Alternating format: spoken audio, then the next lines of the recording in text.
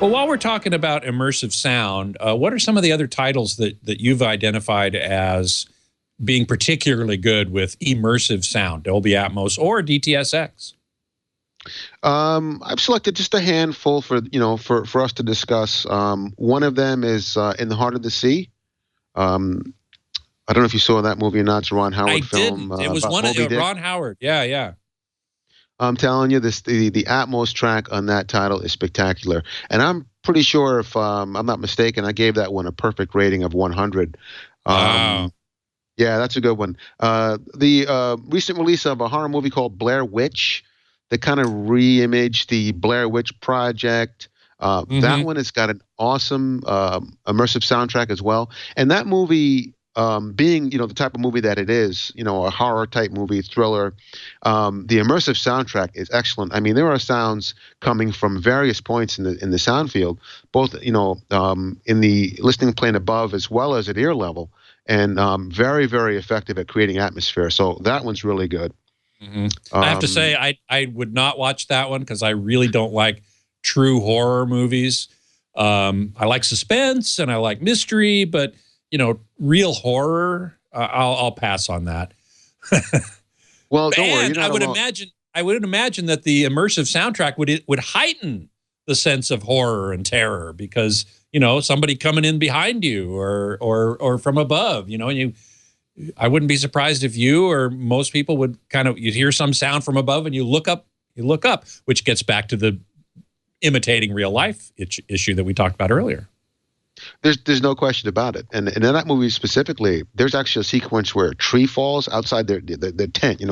All the victims are in a tent, and outside a tree falls. And I'm telling you, Scott, I thought that tree was landing in my theater room. It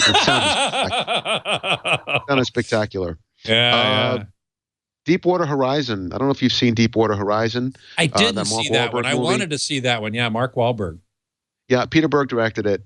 That one, I don't know if it got a perfect 100 from me, but it was close.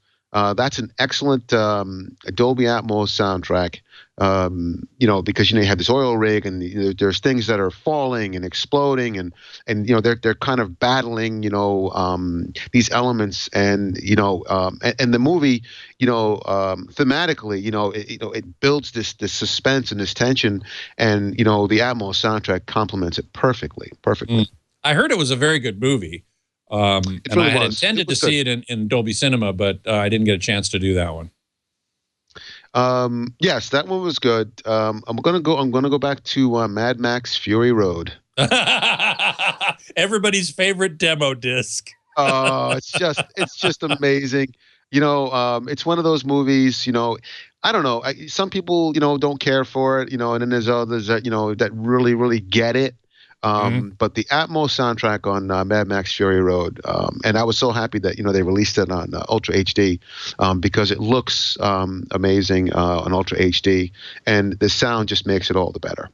And it's in high dynamic range, so the imagery again is probably fantastic. I mean, most TV manufacturers use that movie to demonstrate their high dynamic range.